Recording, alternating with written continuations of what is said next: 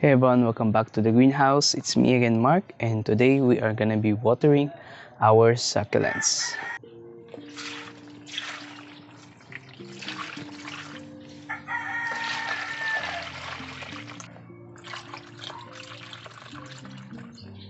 Okay, so now we're just gonna let it soak. Some of these are new succulents right here. You can still see the flappiness of the leaves because it's still rooting up, but the inner leaves are firm, so there are no problem with there. You probably would have a problem if all of the leaves are getting wrinkled even if you water them. So if all the leaves get wrinkled, you might have an issue with your potty mix.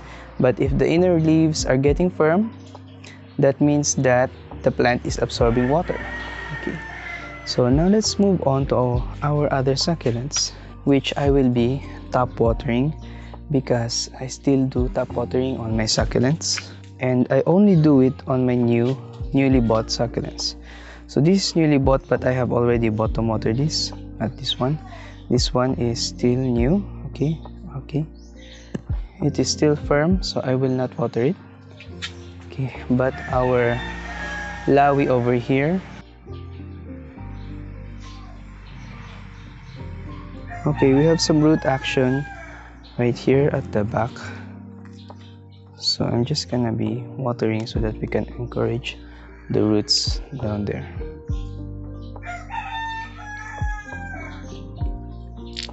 Now if you don't water, the roots will die, so that will result in a longer rooting establishing period for your succulents. Let's just set this aside here. But also this has been establishing here in the full sun in my greenhouse, so they came from Korea, so they're really tough. I don't see any burning on them even if they're not established. Okay, let's check on the lala. I don't see roots yet, but we will still water it since it's already been a week since they came out of a box. Just stop watering, dampen the soil up there. Okay, I'm just gonna let it dry there. This Amethorum, one of the more sensitive succulents, but still needs to be watered. It's already getting very wrinkled, so you can see here it's no longer shiny. That's what happens if a plant is getting too dry already. But it's still kind of firm, it still has a lot of energy, so we're just gonna top water that. We have this powder puff. Most of the time I don't check for roots because it disturbs the plant from attaching to the soil, but some other people like to see roots before they water. Okay, but my plants, they usually stay for a week and then I water them right away and they just establish themselves. Okay, so we have this one. It was sold to me as a heart delight, but there are no caruncles.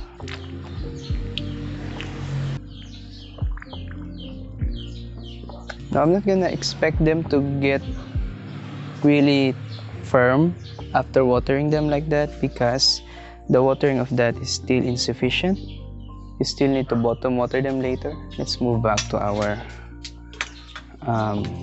watering tub. So this one has been accidentally sprayed with water, so it's already thoroughly moist.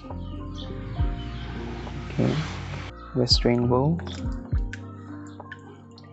let them drip. This one I have been stressing a little more.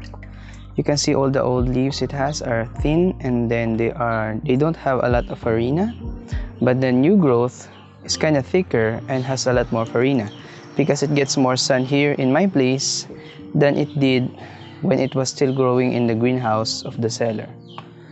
So that's how you transition your succulents from thin to thick leaf.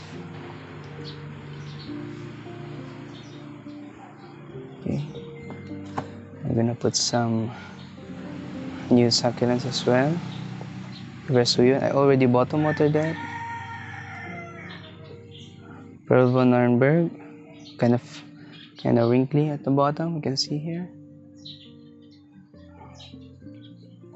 Then dump it. We also have this nuchulosa, which is already looking so dry. You can see thin leaf succulents really dry out very quickly and they look ugly right away because they don't have a lot of energy because they're thin leafed. When checking for dryness, you can also check the bottom of the pot. Okay, I will sometimes do this. I will see if the potting mix at the holes are dry, and if those are dry, then that means that the plant can be watered as well. Okay, so now let's move on to top watering our new succulents. This one has already gotten so dry already. This is a sedum. Let me just dampen the top layer of the soil. This has been a very sensitive succulent for me. I've had this several times, so I'm still trying out it again. Some sedums really take a long time before they establish. We have our acclimating, which never did well for me. Let's see if I can make this one root up again. Now you can also see that the alnus compost doesn't absorb water right away. Top watering them for a little while will make them more absorbent. Okay, once you water the potting mix a few times, it will become more absorbent with water. This one is also newly planted. Let's get some flappy leaves at the bottom. Already has a lot of dried leaves. That means the plant is rooting. Let's water it. If a plant is still firm, I will not water it. Okay, for example, let's see this one. It kind of still firm, so probably doesn't need to be watered. But this is very new. This one kind of still firm as well. But this one already flappy, so we're gonna water this. So you can see how flappy these leaves are. Okay, that means that already thirsty. It already has a lot of dried leaves. So I will just point the water right there.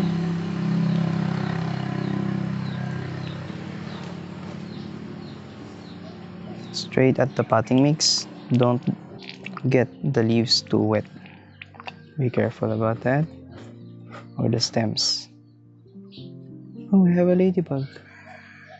Let's move on here. I have some madremyscus that I want to water. These are very new plants, so this is me watering them for the first time.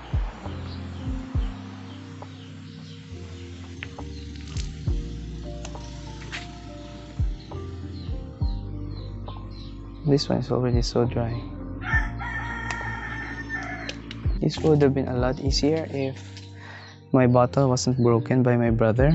This used to be a longer spout, but it was broken, so yeah, there's that. This one is already so moist. You can see here the potting mix has already changed color. I'm gonna take that out. Usually what I do when I have a small plant on a big pot, I will just add propagations on the sides. That will help them a little bit to dry the water, probably.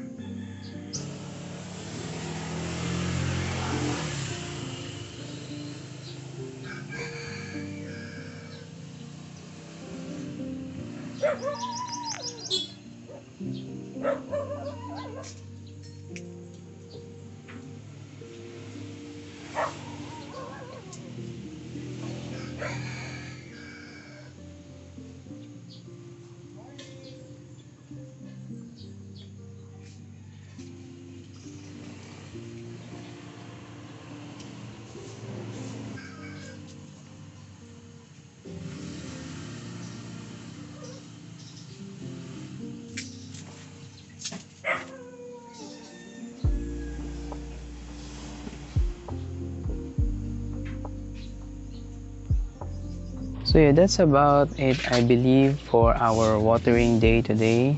And you already saw me how I water my plants again. And yeah, thank you for joining me as I water my new babies. So that's about it for this video, guys. If you haven't already liked the video, subscribe to the channel, okay? Comment any topics you want us to talk about, and I will see you on the next one. Bye-bye.